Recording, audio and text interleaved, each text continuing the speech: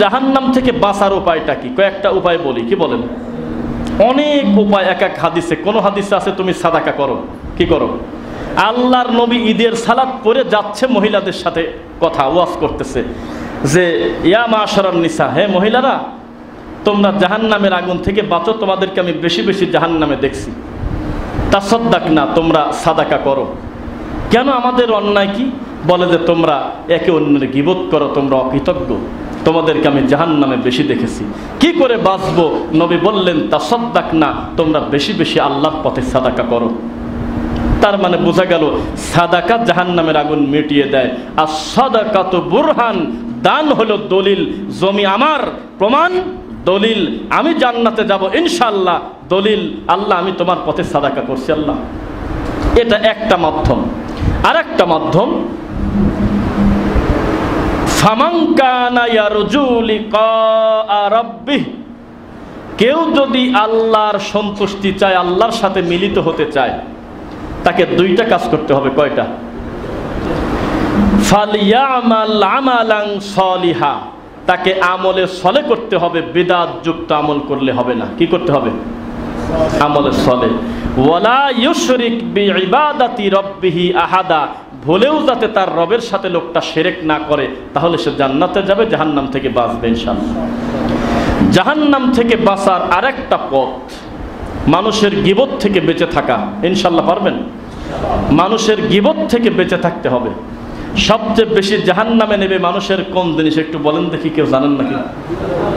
মাশাআল্লাহ, খুশি হলাম। জিহ্বা। কি জিহ্বা? তো তরবারি নয়, জিহ্বা তো কোনো ধারালো অস্ত্র নয়, তবুও তাহার ধার এত বেশি যে তরবারি ফেল, পৃথিবীর কোনো তরবারি নাই যে তরবারি জিহ্বার চাইতে বেশি কাটতে পারে।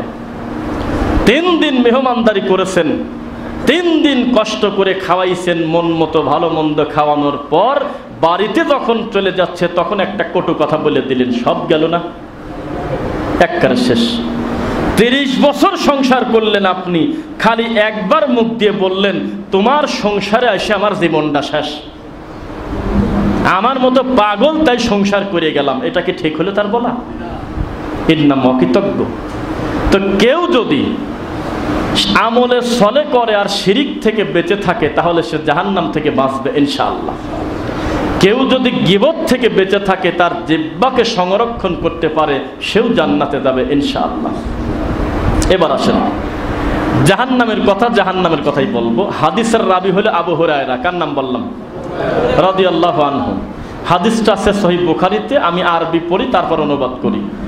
আন আবি হুরায়রা রাদিয়াল্লাহু আনহু قال قال رسول الله صلى الله عليه وسلم حجبت النار بالشهوات وحجبت الجنة بالمكاره।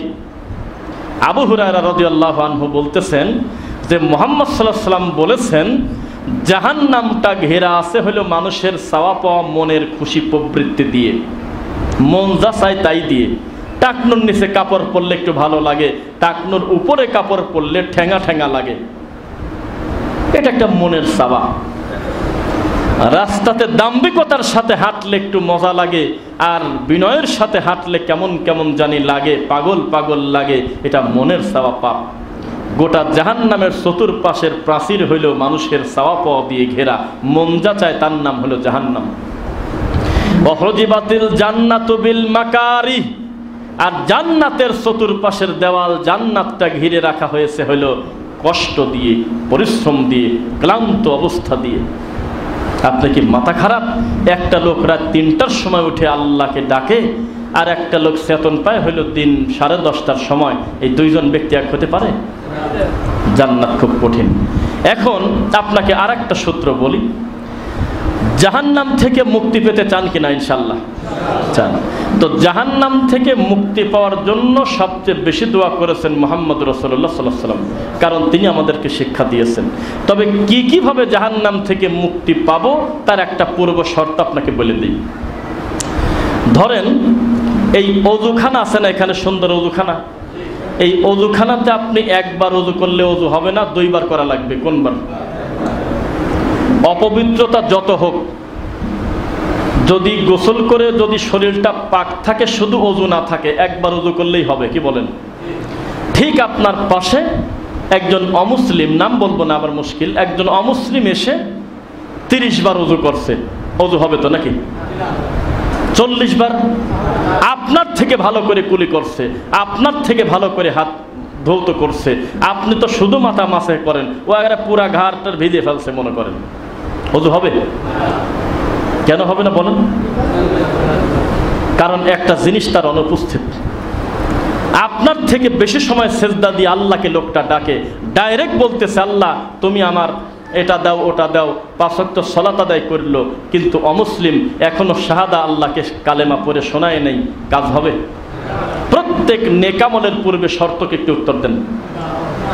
ঈমান, ঈমান না? ইসলামের মৌলিক রকম কয়টি? শুরুটা কি?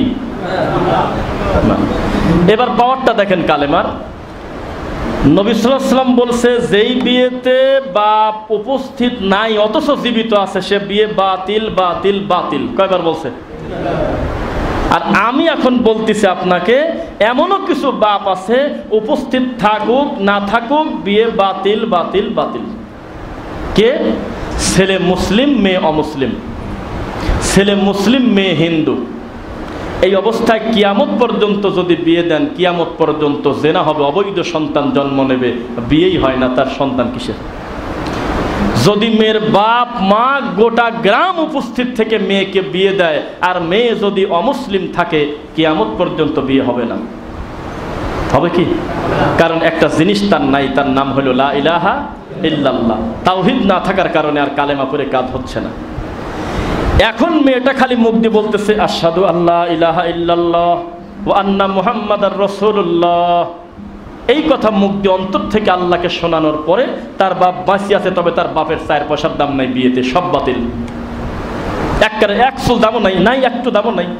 ওই বাপ উপস্থিত থাকলেও তাকে ডেকে আনা যাবে না, কারণ শরীয়তের দৃষ্টিতে ওরা মানুষই না, ওরা মানুষই না। ওই যে ওই ঘরে বসে আছে, মেয়ের এই পাশে বিয়ে হচ্ছে, কিন্তু ওই বাপের 4 পয়সার দাম নাই এই বিয়েতে, সাক্ষীও না, উকিলও না, কিছুই না, একবারে পুরা বাতিল, ওর কোনো দাম নাই, কোনো দাম নাই। তখন মুসলমানের ভিতর থেকে সামাজিক দায়িত্বশীলরা তার প্রতিনিধিত্ব করে বলবে এই মেয়েকে আমরা বিয়ে দিয়ে দিচ্ছি উপস্থিত সাক্ষীর মাধ্যমে, শেষ, বিয়ে হয়ে গেল। ওই বাপ বাঁচিয়ে থাকতেও লাভ নাই। অথচ নবী বলেছে যেই বিয়েতে বাপ বাঁচিয়ে আছে কিন্তু বাপ উপস্থিত নাই, সেই বিবাহ বাতিল বাতিল বাতিল। ভাষা কি বোঝেন আপনার? তাইলে প্রত্যেকটা নেক আমলের পূর্বে শর্ত হলো লা ইলাহা ইল্লাল্লাহ। ঈমান যদি শুদ্ধ না থাকে তার কোনো কাজ নেই।